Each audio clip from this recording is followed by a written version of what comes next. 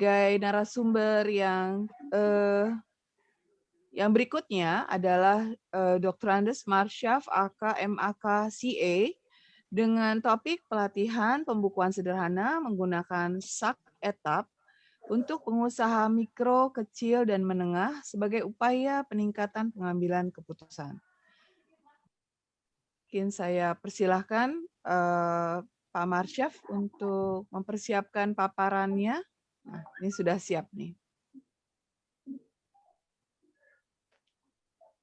Assalamualaikum warahmatullahi wabarakatuh. Terima Waalaikumsalam. kasih Bu Moderator, Bu Dr. Rina Asmara, ya, atas kesempatan yang diberikan ya kepada saya.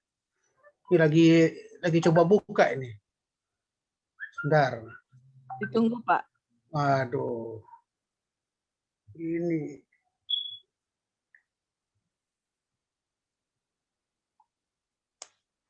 Host disable, dibuka dulu ya. Oh, sebentar. Belum di-host-kan ya mungkin, Pak Denny. Dibuka dulu ya. Iya, Pak Denny. Di-host-kan Ya, mungkin ya, Pak. Sudah, silakan Pak Masaf. Silakan Sudah Pak bisa, Masaf. Pak. Sudah bisa, Pak. Diulangin lagi, Pak. Share screen-nya ulangin lagi, Pak. Lagi ya. Ya. Wah, itu baru. Oke. Udah ya? Ya, terlihat, Pak. Kelihatan. Alhamdulillah. Ya, terima kasih Bapak Ibu para saudara. Ya, dalam kesempatan terakhir ini saya menyampaikan materi terkait dengan pembukuan sederhana ya. Sebenarnya bukan pembukuan ya. Lebih menekankan ke pentingnya gitu ya, pentingnya pembukuan sederhana. Karena kalau kita bicara pembukuan tentu akan memakan waktu yang lama ya. Bisa diadakan workshop. Kalau di kuliah itu bisa 2 semester itu ya. 2 semester pengantar akuntansi 1, 2 ya. Ini lebih ke pentingnya gitu. Pentingnya pembukuan sederhana bagi perusahaan mikro kecil menengah sebagai upaya untuk peningkatan pengambilan keputusan. Ya. Jadi tadi sebelumnya juga udah dibahas ya. Makanya materi akuntansi ini banyak berkaitan sebenarnya ya. Tadi juga terkait juga dengan materinya Bu Fitri ya. Masalah biaya, malah hampir sama dengan materinya Bu Lucia nih ya. Informasi keuangan gitu. Jadi nggak apa-apa. Jadi itulah untungnya kalau kita presentasi terakhir ya. Untungnya itu ya sudah banyak dibahas sebelumnya gitu. Jadi saya ini tinggal sampai poinnya sedikit aja, perlu 5 menit ya Bu Rina ya. Selesai ini. Ya. Silakan Pak. Oke, kita bicara user ya. Jadi laporan keuangan itu kan tentu yang memerlukan itu adalah user ya. User itu ada 2 macam itu. Ada user eksternal dan internal. Nah, keduanya penting gitu kan. Kalau untuk user eksternal seperti pihak investor, kreditor ya, itu sangat memerlukan informasi keuangan. Ya, investor dalam pengambilan keputusan untuk melakukan investasi, ya, dan kreditor mungkin pihak bank gitu. Tanpa adanya laporan keuangan yang bisa diandalkan ya, pihak bank nggak mungkin gitu, ya, memberikan pinjaman gitu, ya. Maka itu yang menjadi problem selama ini, ya, untuk laporan keuangan itu menyajikan suatu informasi yang dapat dipercaya. Jangankan perusahaan mikro kecil menengah, perusahaan besar saja ya. Perusahaan besar itu banyak informasi yang tidak dapat diandalkan sepenuhnya. Makanya ada audit, kan ya? Diaudit oleh Big Four malah. Sudah diaudit Big Four malah diaudit lagi auditor asing. Karena saking ketidakpercayaannya. Ya. Apalagi perusahaan mikro kecil menengah ya, yang mungkin saja banyak terdapat fraud, kecurangan, salah saji, manipulasi laporan keuangan, ya enggak? Sehingga pihak bank itu enggak percaya. atau investor itu nggak yakin untuk menanamkan modal. Jadi ini pentingnya ya. Karena bagaimanapun ya tentu perusahaan kecil menengah itu kan problemnya selama ini kan modal. Ya. Problem paling utama itu modal. Nonsen itu omong kosong kalau orang bisa menjadi besar apa itu tanpa modal ya. Ya, tanpa modal yang besar. Makanya saya yakin Bapak Ibu Saudara pengusaha mikro kecil menengah lebih paham lah ya. Lebih mengerti bahwa problem selama ini memang di modal gitu. Maka untuk bisa mendapatkan dana yang besar tentu harus adanya penyajian laporan keuangan yang bisa diandalkan. Laporan keuangan yang baik. Ya, itu bagi eksternal. Bagi internal juga penting laporan keuangan itu ya. Bagi owner ya, supaya tahu ya, oh posisi neraca itu bagaimana gitu. Piutang saya itu berapa sih? Ya, persediaan saya itu berapa? Aktiva tetapnya berapa gitu. Ya, itu bisa tahu dengan adanya laporan keuangan. Kalau enggak orang nggak tahu, ya, oh penjualannya berapa, ya, sehingga dapatkan labanya itu berapa. Kalau informasi keuangannya jelek kan ya, yang modal dianggap juga laba kan. Selama ini usaha-usaha mandiri kan begitu itu. Apalagi usaha perorangan ya. Nah, istri saya juga termasuk pengusaha juga ya. Tapi pengusaha mandiri gitu loh sendiri. Ya, ya kalau nggak bisa mengelola keuangan dengan baik, ya modal itu juga dianggap keuntungan gitu. Ya, maka ini saya coba memotivasi bahwa untuk penyajian laporan keuangan ini adalah sangat penting, ya, sangat penting sehingga bisa dipercaya oleh pihak eksternal khususnya. Dan bagi Bapak Ibu Saudara yang pengusaha mikro kecil menengah yang selama ini laporan keuangannya sudah baik, alhamdulillah, ya enggak. Kalau bagi yang kurang baik nanti diperbaiki. Di lain waktu tadi sudah disinggung juga kalau perlu nanti kita adakan workshop ya. Workshop untuk menyajikan laporan keuangan. Apakah dengan sistem manual atau dengan menggunakan software akuntansi. Di UMB juga banyak ya ahli-ahli pakarnya yang bisa software akuntansi ini ya. Baik itu Zahir Accounting ya, juga apa Accurate ya, atau Easy Accounting, MIOP, EB Pro dan lain-lain sebagainya ya. Nanti kita adakan itu hari khusus ya, bisa dalam waktu 1 hari ya. Pokoknya kita siap lah UMB ya, Bu Rina ya, Bu Dr. Rina ya. Ya, siap Ya, Pak, kita lanjutkan ya, nanti. siap. Tapi tentu nggak gratis kalau itu ya. Kalau ini gratis. Ya. Nanti diadakan di bawah Prodi D3, Pak. Alhamdulillah ya. Siap itu. Kita banyak tenaga-tenaganya itu untuk software accounting itu ya. Tadi juga udah disinggung itu masalah software akuntansi. Ini definisi nggak perlu terlalu inilah ya. Yang pasti itu akuntansi itu adalah merupakan aktivitas yang memberikan informasi kuantitatif. Jadi informasi yang di outputnya itu adalah informasi kuantitatif. Apa itu? Adalah laporan keuangan. Laporan keuangan yang bermanfaat dalam pengambilan keputusan. Itu disebut ya, ada keputusan yang akan diambil oleh pihak internal maupun pihak eksternal. Oke, kalau kegiatan yang nggak usah lah ya. Ini pengerjaan akuntansi, usah. Nah, ini kalau ada sistem manual ya, tentu ada bukti transaksi. Misalnya apa? Oh, penjualannya berapa? Ada penjualan kepada si A, persediaan mungkin kan, sebesar 10 juta, itu namanya bukti transaksi. Nanti diolah itu, ya diolah. Kalau cycle-nya dalam accounting itu ada jurnal, buku besar, buku pembantu, neraca saldo ya, sampai nanti ke laporan keuangan. Ya, saya juga nggak mengajarkan teknisnya juga ya, apa mempresentasikan teknis. Oh, ini jurnalnya apa? Nanti makan waktu yang lama. Ya. Ini untuk laporan keuangan ya sesuai SHK etap itu ada 5 bersama itu dengan SHK biasa ya. Ada neraca, laporan laba rugi, laporan perubahan ekuitas, laporan arus kas. Tadi arus kas sudah dibahas oleh Bu Garin kalau nggak salah ya.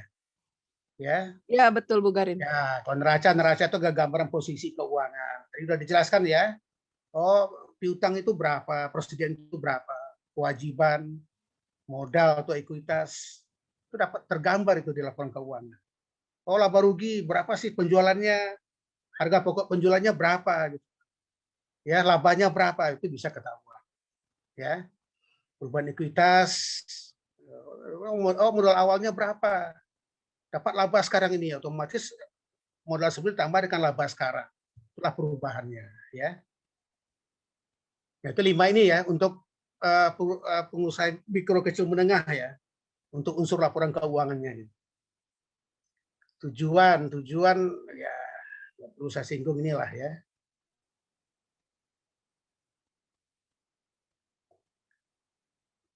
Ini dia ya. Mungkin bisa dipersingkat, Pak. Singkat lagi ya. Wah, ini, Ya. ini ilustrasi apa ini? Oh, ini ya. Ini terkait dengan apa nih, standar ya. Ya, standar kalau digambarkan itu ya, kalau umat muslim itu standar itu Al-Qur'an kan gitu. Kitab suci itu Quran. Kalau akuntansi itu kitab sucinya adalah SHK itu. Itu kalau gambaran pentingnya itu begitu. Maka harus ada standar ya.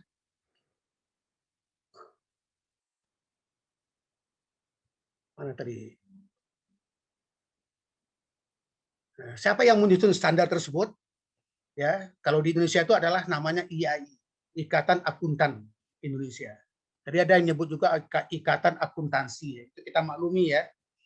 Karena yang ngomong itu bukan orang akuntansi.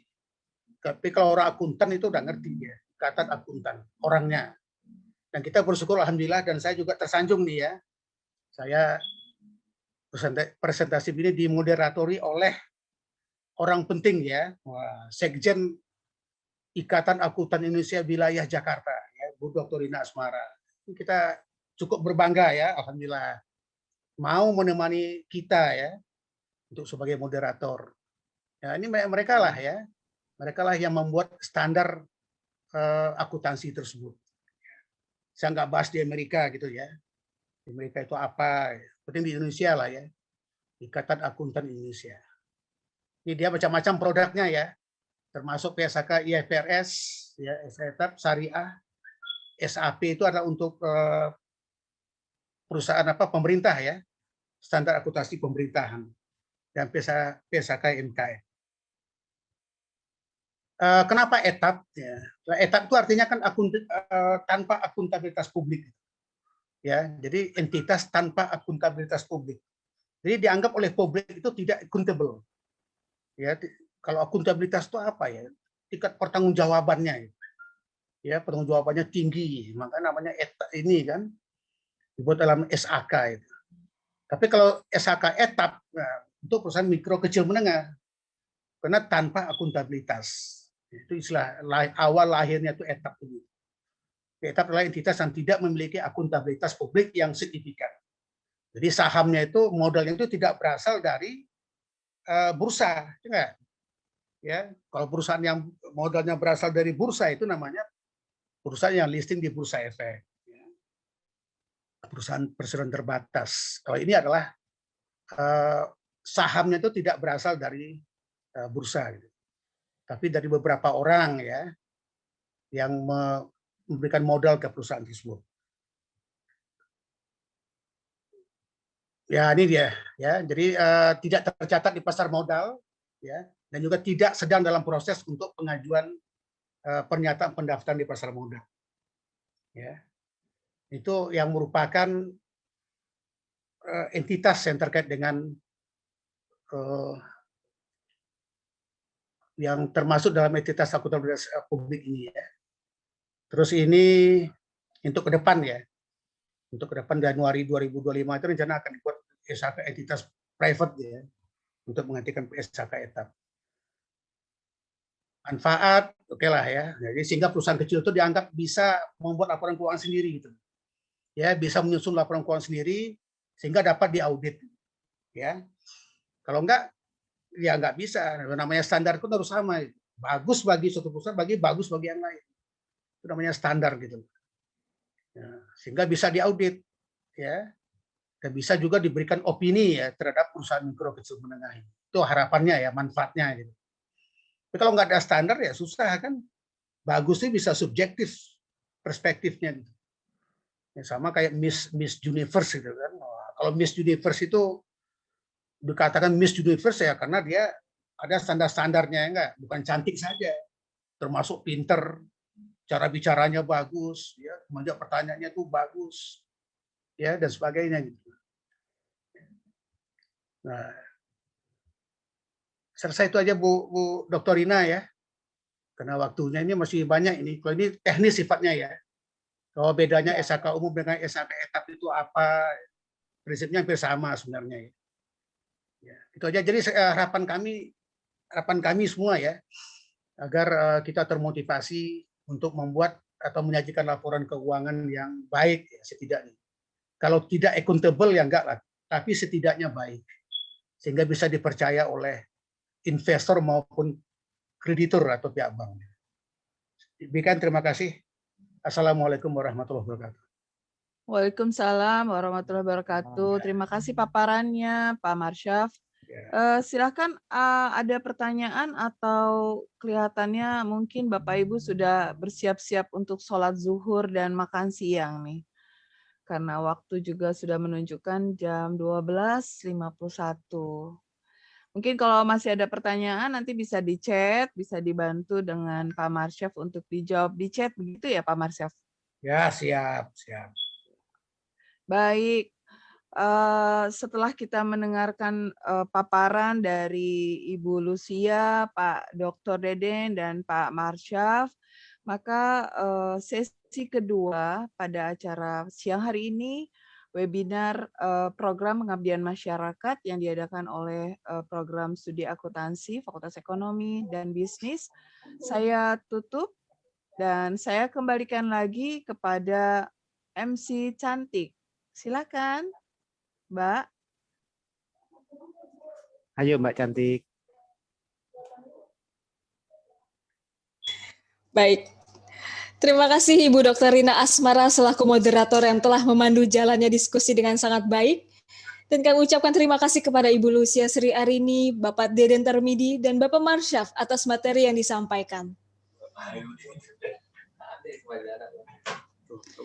Bapak, Ibu, dan para hadirin semuanya, akhirnya kita sampai di penghujung acara.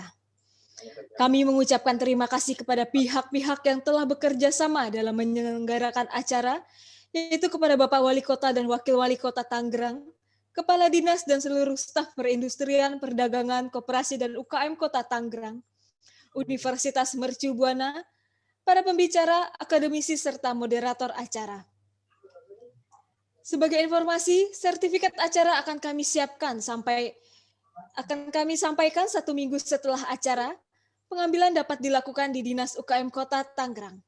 Dan kami atas nama panitia memohon maaf apabila dalam berlangsungnya acara ini terdapat kekurangan atau hal yang tidak berkenan.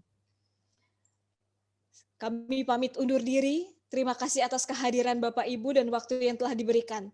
Selamat siang. Wassalamualaikum warahmatullahi wabarakatuh. Waalaikumsalam warahmatullahi wabarakatuh. Nggak ada foto-foto ini.